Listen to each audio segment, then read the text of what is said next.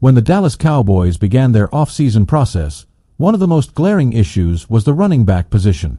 They had an opportunity to go after three-time All-Pro Derrick Henry.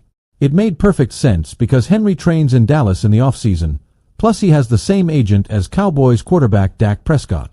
However, according to the team owner Jerry Jones, the team couldn't afford Henry, although his deal was only for 2 years and $16 million with $9 million in guaranteed dollars.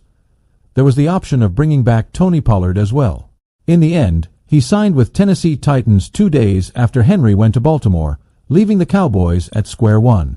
Then, there was the NFL draft in April. Most thought that the Cowboys would certainly take a running back at some point. Surprisingly, the Cowboys didn't pick one up, and instead, they signed Nathaniel Peat as an undrafted free agent. So, when the season started, Dallas was firm on their committee approach to the running back spot with Ezekiel Elliott and Rico Dowdle as the two main horses. Needless to say, the experiment at running back has failed in the first 3 weeks. Dallas is 30th in the league in rushing at 73.7 yards per game, and their 3.6 yards per rush average in ranked 29th. Dowdle, who leads the team in rushing, has 88 yards at the moment for the year. Elliott has amassed just 62 yards. The former has a season-long run of 10 yards, and the latter's biggest gain is 9 yards.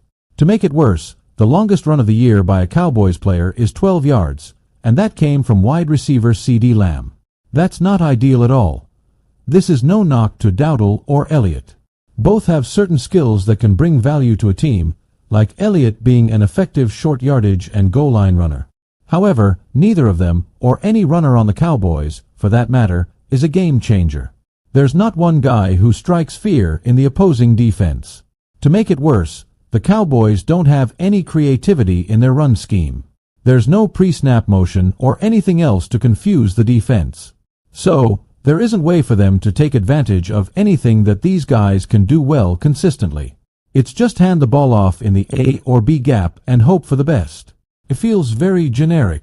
What makes matters even more frustrating is the refusal by the organization to solve this problem.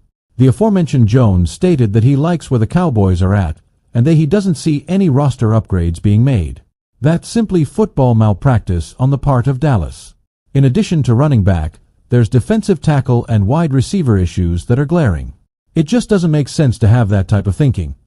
The Cowboys are basically saying that they're just going to roll whatever they have out there on the field at running back and hope for the best. It's irritating and head-scratching that Dallas takes this route to team building. It can't just be the draft where you push all your chips to the table. Unfortunately, that's the Cowboys' way,